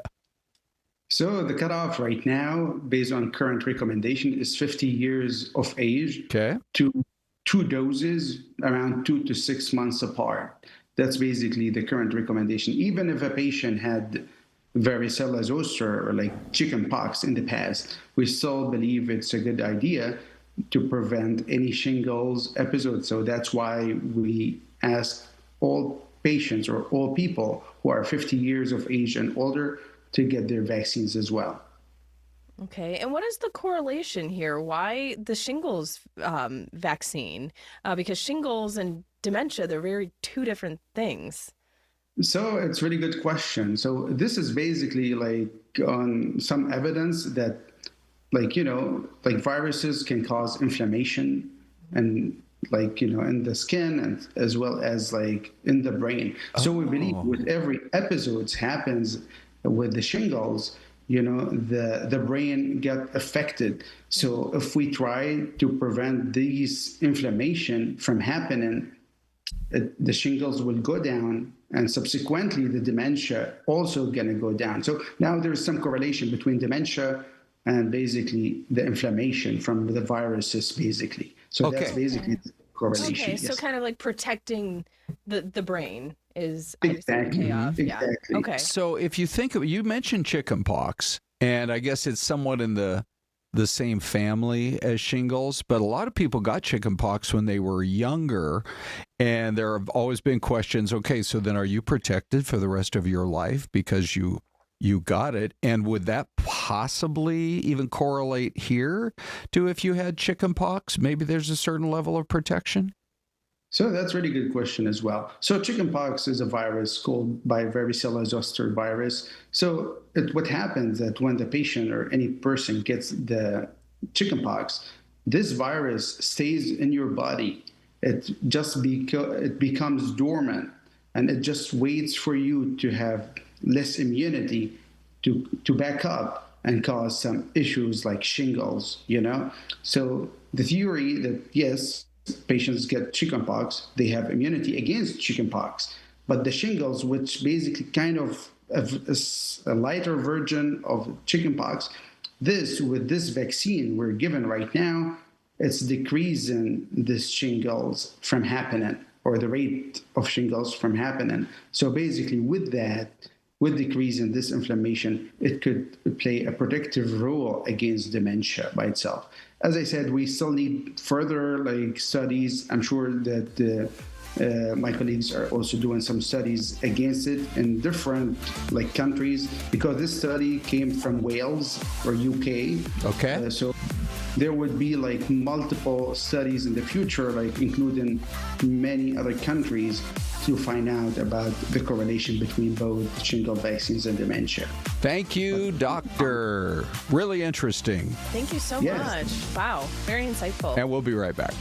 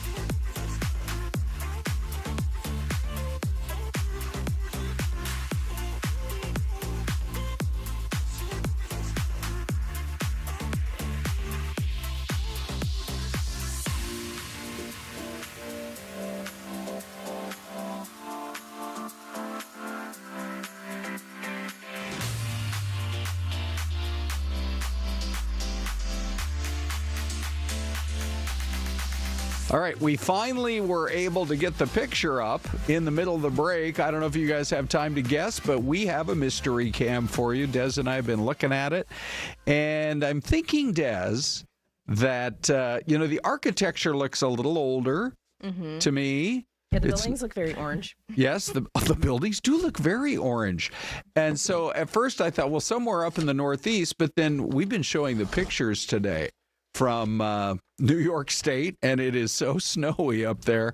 I can't go that route. It's going to have to be, but it's old architecture, so I'm thinking it's somewhere either in the Midwest or the East Coast somewhere. You got any guesses? Oh. First, I was trying to scope the chat, but we don't have many guesses. Yeah. Oh, now they're coming in. Rolling in. Little Philosophy guessing Arkansas. Okay. Charles David thinking it might be California. Uh-huh. And Thomas Brown, Oklahoma. Good. We even have a couple of Missouris and an Alabama. I do find that you're in pretty good shape if you go with Halakita, so I'm going Missouri. You're going Missouri? Yeah. Also, there's a Hola Halakita, we missed you from Low Philosophy. Friendliest chat on the internet. Hello, you guys. You guys. All right. I guess I'll go. You know what, Thomas? I'll go with you today. Which is? Oklahoma. Okay, we got a Missouri and an Oklahoma kind of in the nation's midsection. And here comes Des. All right, here's the reveal. It is Joplin, Missouri. Oh, is that what Joplin looks like? That's a town I've heard of but I've never seen before. You never been there? Nope. Maybe Missouri is on my short list of states to go visit. Well, you've been to all 50. I've been to all 50. Do you want to go back? But the last couple of years, I take a whole week north to south, like Minnesota last year. I'm like, oh, you want to give them a week? Missouri? Yeah. Do you think they deserve a week? Sure. Okay. So you can come back and teach the rest of us about Missouri. Okay. Hey, Des, were you blown away, let me just ask, by your live shot in the 8 a.m. hour today? Oh, my goodness. Yes. It's probably one of the nicest steakhouses in downtown Phoenix. It's Cleaverman's. Okay. You want to take a look? Yeah, let's go. Right? There we go. Woo. I mean, I've been some fancy places, but wow, you guys. I mean, that walk in down the beautiful walkway of velvet curtains. And then when you step inside here, this is the vibe and the atmosphere of the Cleaverman. It is just... It's beautiful. Look at these velvet and leather booths. It is sophistication, you guys. Opening right here at the Arizona Center. And Cleaverman opened last month and right on time for the holiday season. So here we are, Christmas time. We're with the general manager of Cleaverman. Stephen, I think a gift card to Cleaverman is the perfect gift for a loved one this holiday. We're just happy to be here in the neighborhood and the community and kind of do a modern spin on a timeless classic. We really want to provide something special to Phoenix in the downtown area. And I have to say, this used to be the home of Hooters. It looks nothing like it. We've given it a little bit of a glow up since Hooters. Yes, ma'am. Yeah, explain some of what you've done and what we're seeing. It's just beautifully decorated and designed. So this is going to be a riff off of Modern Classic, with Chicago and New York steakhouses being the theme and design from Peter Bowden. Peter Bowden has been on fire recently, and he designs all of our concepts for a reason. Everything has a purpose. Everything has a place. From the artwork on the side to the blooms that you see surrounding our pretzel-shaped booths, the marble on the tables, everything is interconnected. Everything has a place. And when we think of Cleaverman, what do you want folks to think of? We want it to be a modern twist on the classic. However, we definitely have our own identity. We want to establish Phoenix as a true food destination and a culinary location that we can live and stand by. Chef Jared and his team have put together something amazing, and we really look forward to presenting it to the rest of the public. Oh my goodness, you guys, look at this spread. This is just beautiful. Chef Jared here, walk us through this beautiful display you guys have been working so hard on. So like Stephen was saying, like, we're a steakhouse. That's our drive, right? It's the meat program is huge for us. We have a number of different cuts that we offer in the restaurant. We do a 20-ounce bone-in ribeye. We do an amazing Australian program, that being lamb, Australian Wagyu, fillets, Australian strips. We do Meats by Lynn's is our company that we work with, which is a great company, super partner. Fillets. A5 from Japan, dry age program that we're working on in-house as well. That's not on the menu, is it? Dry age, not like that whole cut isn't on the menu, no. Well, it could be for the right price, right? Everything has a price. For sure, everything's got a price, you know. We have Stephen pouring us a beautiful glass of wine. Yeah, I mean, you know, the big thing for us is the beef program, obviously, but we have an amazing seafood program. The Raw Bar is a great activation station for us right in front. Okay, so Des, yeah, I mean, I'm sure it's pricey, but, you know, I mean, so you don't go every night. You go once in your life. Can you put a price on the quality time you guys will get to share? Yes, you can. I believe it's, I'm trying to figure, there's a number. Steakhouses are usually pricey, so yeah, you're going to spend a couple hundred. Yeah, that's so great. Okay, so we have Dr. Aneesh Narang now, who's joining us from the Banner University hospital system to talk a little bit about this flu season. We better be paying attention, Des. Yes. Yeah, absolutely. I hope, knock on wood, I don't know. I think it's already gone through my house, doctor. All my kids were, quite sick last week. But we're talking about this new strain. Yeah. It's flu season. It's like a clockwork this time of year. Yeah. What should we know about this new strain of the flu? Yeah. So it's unfortunate we have a new strain. I mean, the flu mutates every year. That's why it keeps existing, and we can't get rid of it because it mutates. And so we have mutation again that occurred this summer. Unfortunately, it happened after the vaccine was already developed. So this mutation we know can cause potentially increased severity of illness, and it's caused severe flu outbreaks already in other areas. The UK is having a severe flu season way earlier than expected. Japan, Canada. So we're probably going to see it here too. I was going to say, what does it look like for us right now? Yeah. So right now, it's not terrible yet. But it's early in the season. So flu season overall, flu activity I think is low, but throughout the country we're starting to see increases now, especially in young adults and children. And now with this new strain, based on what we've already learned from the Southern Hemisphere that went through their flu season and other countries, it's going to come. It's inevitable that we're going to see, a high number of cases. So what are some of the symptoms that, hopefully people have either gotten their shots or are in the process of saying, I'm going to get down there in the next day or two to the doctor's office or the local drugstore or whatever. What should you, but if you haven't and you're starting to sense some sickness in your family, what do you be on the lookout for? Yeah, so, fevers are obviously very common, severe muscle aches, fatigue, and then you have other symptoms that seem like the cold. Upper respiratory, runny nose, cough. You can get vomiting, you can get diarrhea, especially in younger people. The reality is that, even if you're young and you get the flu and you're like, I'm young, I'm healthy, it knocks you out. It knocks you out for days to weeks. It's not a comfortable feeling. You miss work, can't interact with anybody. So, but the main thing is, that you really should pay attention for. When you have fevers and you're achy and you're so extremely fatigued, you probably have the flu. And you need to be really careful, especially with protecting vulnerable people who are near you. And again, so it's primarily the kids, right? Young kids. They always seem to be, right? Young kids, Pregnancies, your immune system doesn't work as optimal during pregnancy. The elderly. And then, immunocompromised patients who have chronic medical issues like chronic lung problems, chronic heart problems, diabetes, people who are getting treated for cancer. They're at much higher risk for complications. So we especially want those vulnerable people to get vaccinated, but we encourage anybody over 6 months to get vaccinated. What, have you heard a number? I know some years they say it's more than 50%, even 60% effective, and in other years it falls a little below that mark. What are you seeing? Yeah, we have some data, early data, that it's around probably 30 to 40% effective in terms of the vaccine this year. That's not very good. It's not very good. Something, it's not very good, yeah. But this is the importance to know. Even though it's not an exact target, this year's vaccine, because the mutation happened, it still will likely prevent you from being seriously ill, being hospitalized, having to, and having complications from it. Okay. And that's better than nothing. Yeah. And then the reality is this vaccine also fights other strains. So it's not just this one mutated. There's other strains of the flu you could be exposed to. Mm-hmm. And this vaccine is still very good against those.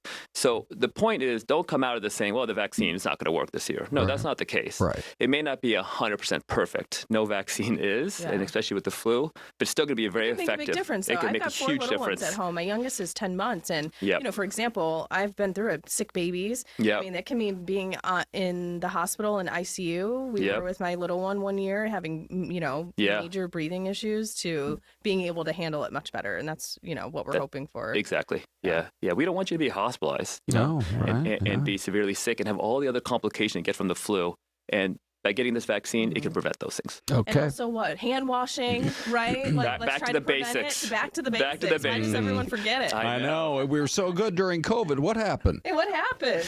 You know? I don't know. We were too bottled up. Yeah. We're like, Wash your on hands, the edge cover your now. mouth. Yeah, protect those who are vulnerable for sure. Okay. Hey, Doc, if you want to stick with us for this next story, I think Des and I both found it really interesting. So another benefit of dark chocolate. I was going to say another benefit of dark. More reason. Yeah, I was going to say another benefit of dark chocolate strawberries because that's what we were first showing there. Strawberries are fruit and dark chocolate is right. us younger. So. Right. But anyway, a new study finds that a compound in dark chocolate can actually slow the aging process. Does this surprise you? Not really. I feel only because we've heard such benefits of dark chocolate over the years, you know, and then we hear some other ones like, does it have a strong benefit? But I do believe that there is some benefit of dark chocolate overall in health benefits. So I'm not surprised that there's some news about that. They say there's a chemical in the cocoa called theobromine that actually has some anti-aging qualities. And so as a result, I don't think anybody's saying go out there and buy a big old, 14-ounce bag of dark chocolate and eat it all. Probably at least eat a little piece a day. And if you have the option, which nowadays you do on almost everything, get the dark chocolate instead of the higher sugar stuff, I yes? agree. Yeah, that's a takeaway right there. Yeah. If you're going to have chocolate, you got the sweet tooth, go for the dark chocolate. Okay. Well, very good. Okay, Doctor, really appreciate your time and a lot of good info there. We all need to get our flu shots if we haven't done it yet. Thank you for having me. Thank you so much. And with that, we will say goodbye. We'll be back again for the Great Friday Show, 10 a.m. to noon here on YouTube and Fox 10 Extra with FTT, Fox 10 Talks.